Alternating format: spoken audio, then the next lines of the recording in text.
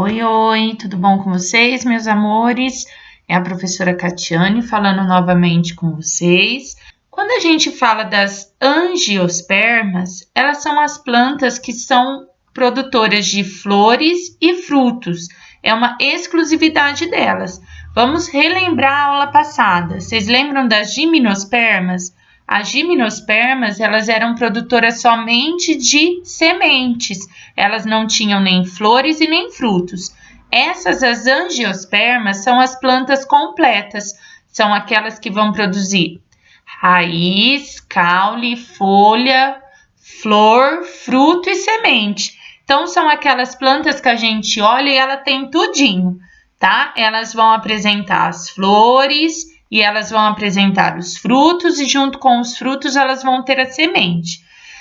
A palavra angiospermas vem do grego. Angion significa vaso, envoltório, e espermas significa semente, tá? Então, ela tem um vaso envoltório e vai ter as sementes, tá? Elas são totalmente independentes da água para sua reprodução, então elas não vão precisar da água para se reproduzir.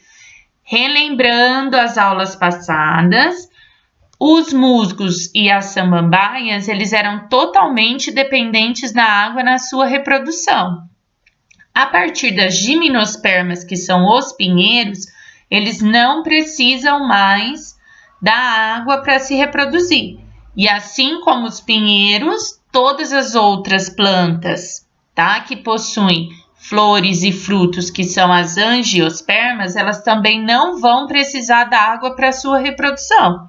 Elas vão se reproduzir através das flores, isso mesmo, aquelas flores vistosas, bonitas que a gente olha e vê, tá? As flores é a reprodução que a gente chama de reprodução sexuada. Então, ela vai ter a parte feminina e vai ter a parte masculina.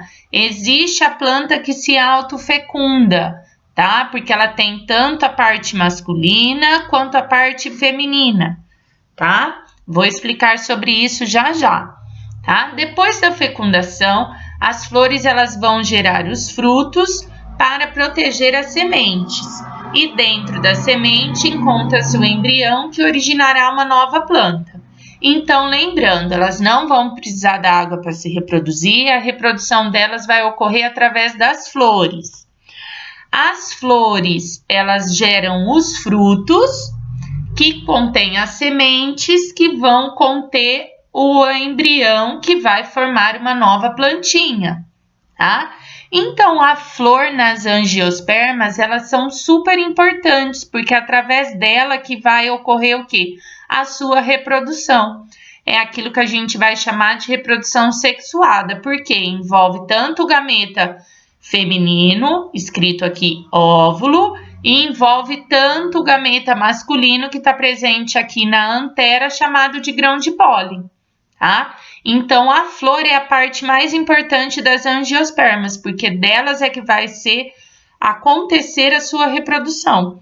É elas que vão fazer com que a planta se reproduza e vai gerar um fruto para formar uma nova planta através do embrião que está presente na semente, tá bom?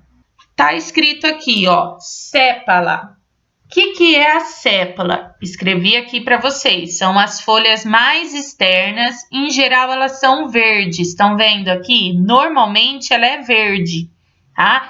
Esse cabinho aqui, eu tenho o resto do caule aqui. Essa folhinha que tá aqui, ela vai ser chamada de sépala.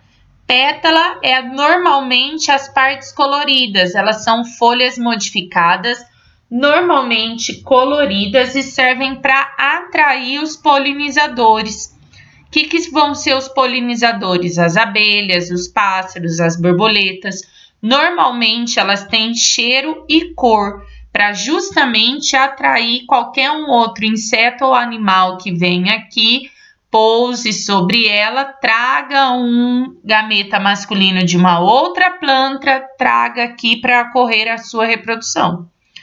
O que a gente chama de carpelo é o órgão feminino da flor, tá? Então, ele tem um estigma, que é esse tubinho aqui, que vai chegar aqui, ele vai andar tudinho isso aqui, vai chegar aqui, que tem o ovário, e dentro do ovário, estão vendo aqui essas bolinhas aqui, branquinhas aqui, meia verde mais clara?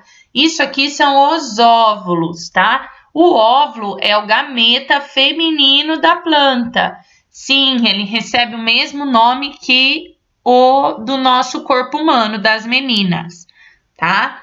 Olhando para o outro lado aqui agora, eu tenho estame, é o órgão masculino da planta. Então, ele vai ter as anteras, que são produtoras do grão de pólen. Esse grão de pólen fica aqui em cima, é um pozinho, tá? Que normalmente fica aqui, a gente às vezes passa a mão e ele solta. Esse pozinho aqui é o grão de pólen, ele é o gameta masculino da planta, tá bom? O filete é o tubinho aqui que mantém, que sustenta aqui a antera, tá? Então, é esse tubinho, esse negocinho, é bem fininho, por isso que ele chama filete, é o que dá sustentação à antera, que vai produzir quem? O gameta masculino da planta, chamado de grão de pólen, ok? Então, ó, relembrando, a flor é a parte importante, porque é nela que vai ocorrer a sua reprodução. Ela tem tanto a parte masculina e tem tanto a parte feminina aqui. A parte masculina, chamada de estame, composta pelo filete, que dá sustentação à antera. A antera é a que vai produzir o grão de pólen, que é o gameta masculino. Desse lado aqui eu tenho o carpelo, é aquilo que é o órgão feminino da flor, tá? Então, ele tem o estigma, que é um tubo no qual o grão de pólen vai entrar aqui e descer, chega até o ovário. Dentro do ovário eu tenho o óvulo, que é o gameta feminino da flor. Então, os dois gametas que a flor tem, óvulo, que é feminino, e grão de pólen, que é o masculino, tudo bem? Para ocorrer a sua reprodução, então ela vai ter duas gerações que vão se alternar, uma chamada de esporófito, que é a fase duradoura, que é essa fase aqui onde a gente enxerga e vê a flor. Então, isso aqui é que é chamada de esporófito, que é a flor na planta adulta que a gente vê. Essa é a fase que vai predominar maior. Enquanto a flor estiver ali, está existindo o esporófito, que é a fase duradoura. O gametófito é o que tem dentro aqui da flor, que vai desenvolver aqui, tá? Ele é muito reduzido, que é o que se encontra aqui, que são os óvulos, que são os gametas, tá bom? Então, ó, para ocorrer a sua reprodução, a planta ela pode se auto-reproduzir sozinha. Esse grão de pólen entra aqui pelo estigma, desce por aqui, que é esse tubo aqui chamado de tubo polínico, tá? Esse tubo aqui compridinho aqui chama tubo polínico, desce aqui, encontra o óvulo aqui, vai fecundar, o grão de pólen fecunda o óvulo, vai desenvolver uma nova planta através de quem? Do fruto. Então, depois que ele fecundou, o grão de pólen fecunda o óvulo, ocorre a formação do fruto, tá? Ou ela pode ocorrer de forma dos polinizadores, que eu coloquei aqui para vocês, que a polinização corresponde ao transporte dos grãos de pólen da antera de uma flor até o estigma dela mesma ou de outra. Esse transporte é realizado por insetos, pássaros, morcegos, seres humanos ou até mesmo o vento. Esses são chamados de agentes polinizadores. No livro de vocês, na página 142, eles dividem a polinização em dois grupos, dois agentes polinizadores.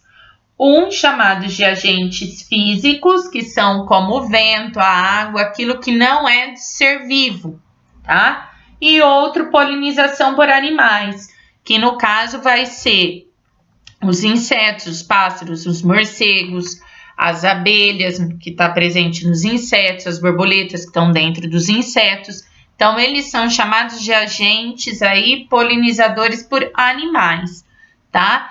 O que é a polinização, então? É o transporte do grão de pólen que está formado aqui na antera até o estigma da planta, ou dela mesma ou de uma outra planta. Por isso a importância da pétala aqui ser colorida e ter cheiro atrativo. Isso atrai as abelhas, atrai morcegos, atrai borboletas. Então, eles pousam aqui para retirar o néctar aqui presente. Ficam com as patinhas ou com, né, as asinhas lotadas de grão de pólen aqui. Sobrevoam uma nova flor. Esse grão de pólen cai nesse estigma aqui, entra no ovário, fecunda o óvulo e ocorre a sua reprodução. Vai formar-se o fruto que originará uma nova planta. Entenderam? Qualquer dúvida, estamos à disposição. Beijinhos, até mais!